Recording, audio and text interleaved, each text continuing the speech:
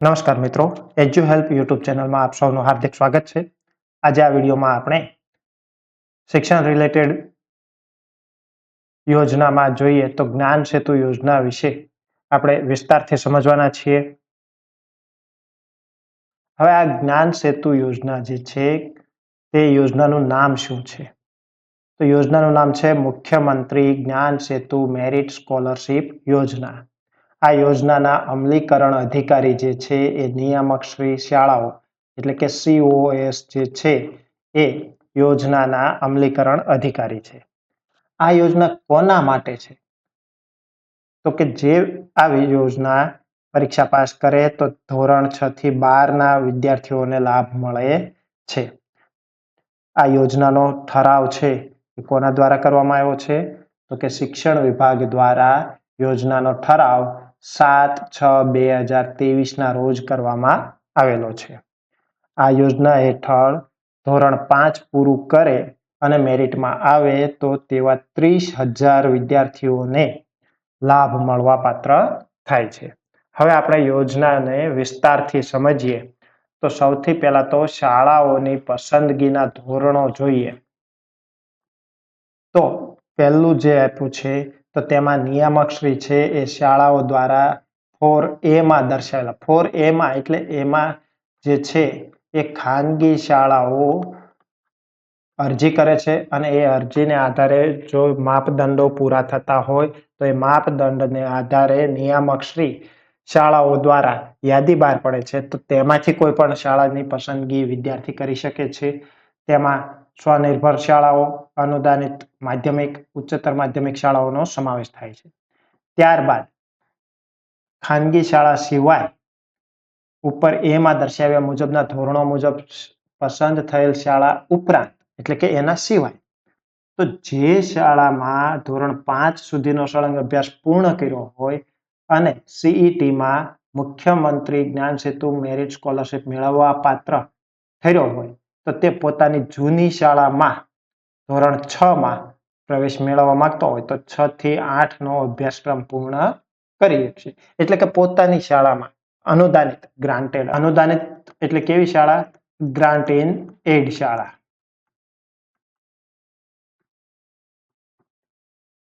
જો વિદ્યાર્થી સરકારી શાળામાં 5 સુધીનો સળંગ અભ્યાસ કર્યો હોય અને પોતે પોતાની શાળામાં જ એડમિશન લેવા માંગતો હોય તો ધોરણ 6 થી 8 નો પોતાની શાળામાં પણ અભ્યાસ પૂર્ણ કરી શકશે અથવા કોઈ સરકારી માધ્યમિક અને ઉચ્ચતર માધ્યમિક શાળામાં 6 થી 12 નો અભ્યાસ કરી શકશે.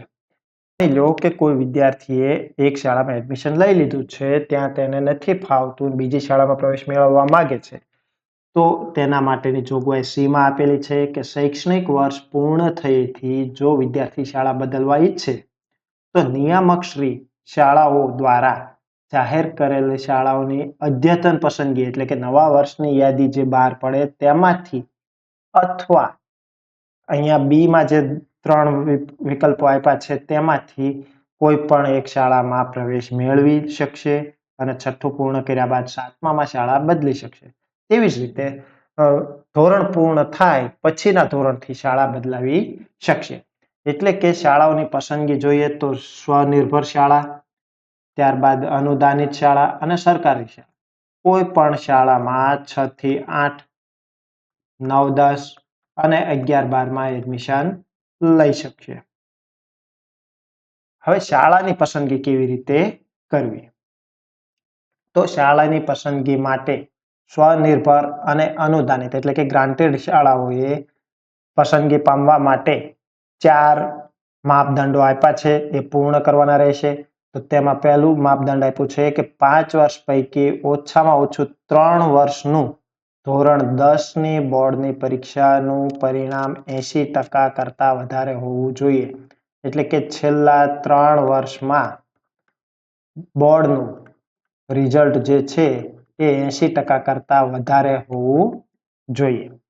તેમજ શાળામાં 6 થી 12 નો સળંગ અભ્યાસક્રમ ચાલતો હોય, તેમજ 1 થી 8 પ્રાથમિક વિભાગ અને 9 થી 12 માધ્યમિક વિભાગ અને ઉચ્ચતર માધ્યમિક વિભાગનું સંચાલન એક જ ટ્રસ્ટ અથવા સંસ્થા દ્વારા થતું હોવું જોઈએ.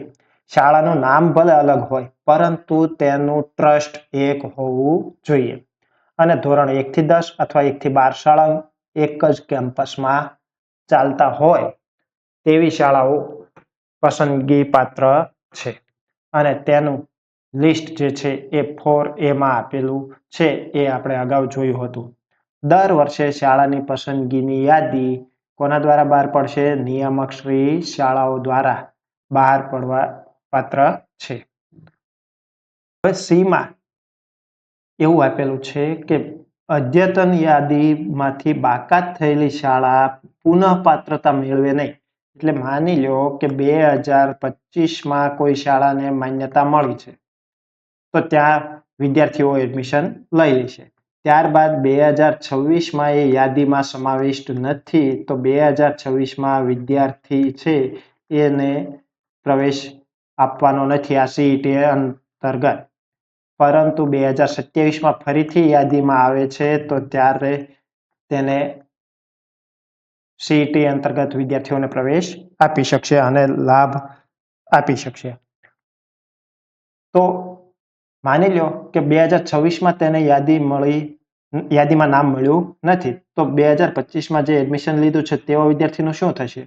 તો તેવા વિદ્યાર્થીઓને 12 સુધીનો અભ્યાસ જે શાળામાં પૂર્ણ કરી શકશે અને ઈચ્છા મુજબ શાળા બદલી શકશે. એટલે કે 2025માં એડમિશન લીધું છે, યાદીમાં નામ હતું અને એડમિશન લીધું છે તો તેને જ્યાં 12મું પૂરું થાય ત્યાં સુધી લાભ મળવા પાત્ર છે. પરંતુ 2026માં યાદીમાં નથી તો લાભ મળવા પાત્ર નથી. દર વર્ષે વિદ્યાર્થીઓની પ્રવેશ પ્રક્રિયા પહેલા નિયામક શ્રી શાળાઓ દ્વારા પસંદ કરાયેલ શાળાઓની અદ્યતન યાદી તેમના પૂરા નામ, સરનામા, માધ્યમ અને સ્વનિર્ભર શાળાઓના કિસ્સામાં ગુજરાત સ્વનિર્ભર શાળાઓ નિયમન અધિનિયમ 2017 હેઠળ નિયત કરેલ ફીની વિગતો અને આનુષંગિક વિગતો જાહેર કરવાની થશે. હવે વિદ્યાર્થીઓને મળવાપાત્ર યોજનાના લાભો, વિદ્યાર્થીઓને કેવો લાભ મળશે? તો એ 3 વિભાગમાં આપણે સમજવું પડશે. સ્વનિર્ભર શાળા, સરકારી શાળા અથવા અનુદાનિત શાળા અને અનુદાનિત અને સરકારી શાળાઓને મળવાપાત્ર વિદ્યાર્થી દીઠ નાણાકીય સહાય. તો સ્વનિર્ભર શાળામાં ધોરણ 6 થી 8નો અભ્યાસ કરવા માટે 20,000 રૂપિયા મળશે દર વર્ષે. ત્યારબાદ ધોરણ 9 થી 10નો અભ્યાસ કરવા માટે 22,000 અને ધોરણ 11 થી 12નો અભ્યાસ કરવા માટે 25,000. એનો અર્થ એવો થશે કે જો સ્વનિર્ભર શાળામાં સીઈટી પાસ કરીને એડમિશન લે છે તો વિદ્યાર્થીને 3 વર્ષના 20,000 લેખે મળશે. ત્યારબાદ 9-10માં 22,000 લેખે મળવાપાત્ર છે દર વર્ષે અને 11-12માં 25,000 મળવાપાત્ર છે. એટલે કે 6 થી 12 પૂરું કરે ત્યાં સુધીમાં વિદ્યાર્થીને 1,54,000 સહાય મળે 6 થી 12. જો હવે વિદ્યાર્થી સરકારી શાળામાં અથવા અનુદાનિત એટલે કે ગ્રાન્ટીનેડ શાળામાં એડમિશન લે છે તો 6 થી 8નો અભ્યાસ કરવા માટે દર વર્ષે 5,000 મળશે. 9-10નો અભ્યાસ કરવા માટે દર વર્ષે 6,000 મળવાપાત્ર થાય છે અને 11-12નો અભ્યાસ કરવા માટે દર વર્ષે 7,000નો લાભ મળે છે. આ ઉપરાંત વિદ્યાર્થીઓને સ્કોલરશીપની રકમ તો મળે જ છે પરંતુ મફત બસ પાસની સુવિધા પણ મળવાપાત્ર છે. હવે વિદ્યાર્થીએ ગવર્મેન્ટ કે ગ્રાન્ટીનેડ સ્કૂલમાં એડમિશન લીધું છે તો શાળાને પણ વિદ્યાર્થી દીઠ નાણાકીય સહાય મળવાપાત્ર છે. તો 6 થી 8માં વિદ્યાર્થી પ્રવેશ મેળવે છે તો વિદ્યાર્થી દીઠ 2,000 રૂપિયા, 9-10માં વિદ્યાર્થી દીઠ 3,000 રૂપિયા અને 11-12માં વિદ્યાર્થી દીઠ 4,000 રૂપિયાની સહાય શાળાને કમ્પોઝિટ ગ્રાન્ટમાં મળવાપાત્ર થાય છે. ત્યારબાદ ઠરાવમાં ઉલ્લેખ છે કે વિદ્યાર્થી અને શાળાઓને મળતી સહાયમાં સમયાંતરે વધારો. તો વધારો કેટલો કરવો તેની ચોખવટ નથી કરી પરંતુ 3 શૈક્ષણિક વર્ષ બાદ રાજ્ય સરકાર છે એ વધારો કરવા માટે વિચારણા કરશે. હવે કોમન એન્ટ્રન્સ ટેસ્ટ જેને આપણે સીઈટી તરીકે ઓળખીએ છીએ તો તેના વિશે જોઈ લઈએ. તો પરીક્ષાનું આયોજન અને અમલીકરણ જે છે એ રાજ્ય પરીક્ષા બોર્ડ SEB દ્વારા કરવામાં આવે છે.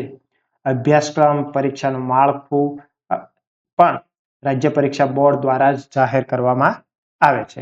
હવે આમાં પાત્ર કોણ છે? પરીક્ષા આપવા માટે પાત્રતા જોઈએ તો સરકારી અથવા અનુદાનિત પ્રાથમિક શાળામાં ધોરણ 1 થી 5માં સળંગ અભ્યાસ કરી ધોરણ 5માં અભ્યાસ કરતા હોય તેવા વિદ્યાર્થી, એટલે કે વચ્ચે કોઈ એક વર્ષ ખાનગી શાળામાં ગયો હોય અથવા 5 વર્ષ ખાનગી શાળામાં અભ્યાસ કર્યો હોય તો સીઈટીની પરીક્ષા માટે પાત્રતા ધરાવતો નથી તેમ આપણે કહી શકીએ.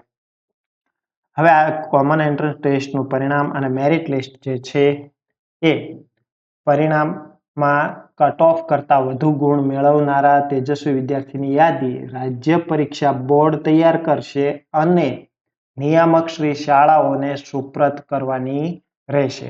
આ મેરિટ લિસ્ટના આધારે દસ્તાવેજોની જે ખરાઈ કરવાની છે તો તેમાં ખાસ યાદ રાખવું, સરકારી શાળાના કિસ્સામાં જિલ્લા પ્રાથમિક શિક્ષણાધિકારી એટલે કે ડીપીઓ શ્રી છે એ ખરાઈ કરશે અને અનુદાનિત શાળાના કિસ્સામાં જિલ્લા શિક્ષણાધિકારી શ્રી એટલે કે ડીઈઓ શ્રી છે એ દસ્તાવેજોની ચકાસણી કરશે અને તેઓએ નિયામક શ્રી શાળાઓની સૂચનાનું પાલન કરવાનું રહેશે. હવે વિદ્યાર્થીની પ્રવેશ માટેની પ્રક્રિયા, તો સૌથી પહેલા તો કામચલાઉ મેરિટ લિસ્ટ આવશે, ત્યારબાદ જ્ઞાન સેતુની જે વેબસાઇટ છે તેના ઉપર રજીસ્ટ્રેશન કરવાનું. હવે આ મેરિટ લિસ્ટમાં દરેક કેટેગરીમાં 50% લાભાર્થી જે છે એ કન્યા રહેશે, એટલે કે 30,000 વિદ્યાર્થીઓને લાભ મળવા પાત્ર છે તો તેમાંથી 15,000 વિદ્યાર્થીની હશે, એ ફરજિયાત. હવે પસંદગી મુજબની શાળામાં પ્રવેશ મેળવવાની જવાબદારી જે છે એ વિદ્યાર્થી અને વાલીની રહેશે. હવે સ્કોલરશિપની ચૂકવણી કેવી રીતે કરવાની છે? તો સ્કોલરશિપની ચૂકવણી નિયામક શ્રી શાળાઓ એટલે કે COS દ્વારા કરવામાં આવશે અને એ ડીબીટી, તો ડીબીટીનું ફૂલ ફોર્મ થાય છે ડાયરેક્ટ બેનિફિટ ટ્રાન્સફર, તેના વિદ્યાર્થીના અથવા વાલીના ખાતામાં જમા કરાવવામાં આવશે. હવે કેવી રીતે? તો સૌથી પહેલા તો પોર્ટલમાં વિદ્યાર્થી દ્વારા મેળવેલ પ્રવેશ અંગેની ખરાઈ કરવાની છે. એ ખરાઈ કર્યા પછી વહેલામાં વહેલી તકે 50% રકમ જે છે એ ડીબીટીથી ચૂકવી આપવાની રહેશે. એટલે કે જો ધોરણ 6માં એડમિશન મેળવ્યું છે, ખાનગી શાળામાં એડમિશન મેળવ્યું છે તો 20,000ના 50% લેખે 10,000 જે છે એ જમા કરાવી દેવાના રહેશે. સરકારી શાળા બાદ બીજા હપ્તાની 50% રકમ જે છે એ બીજા સત્રમાં ચૂકવવાની છે, પરંતુ પહેલા સત્રની ઓછામાં ઓછી 80% હાજરી હોય તો જ ચૂકવવાની થશે. આવી રીતે દર વર્ષે. તો હવે નવા ધોરણમાં જાય તો અહીં 7મા ધોરણનું ઉદાહરણ આપીને સમજાવ્યું છે કે ધોરણ 7માં પહોંચે તો ધોરણ 6ના બીજા સત્રની ઓછામાં ઓછી 80% હાજરીને આધારે પ્રથમ હપ્તો ચૂકવવાનો રહેશે. જો માહિતી પસંદ આવી હોય તો વિડીયોને લાઈક કરશો, શેર કરશો અને ચેનલને સબસ્ક્રાઇબ કરશો.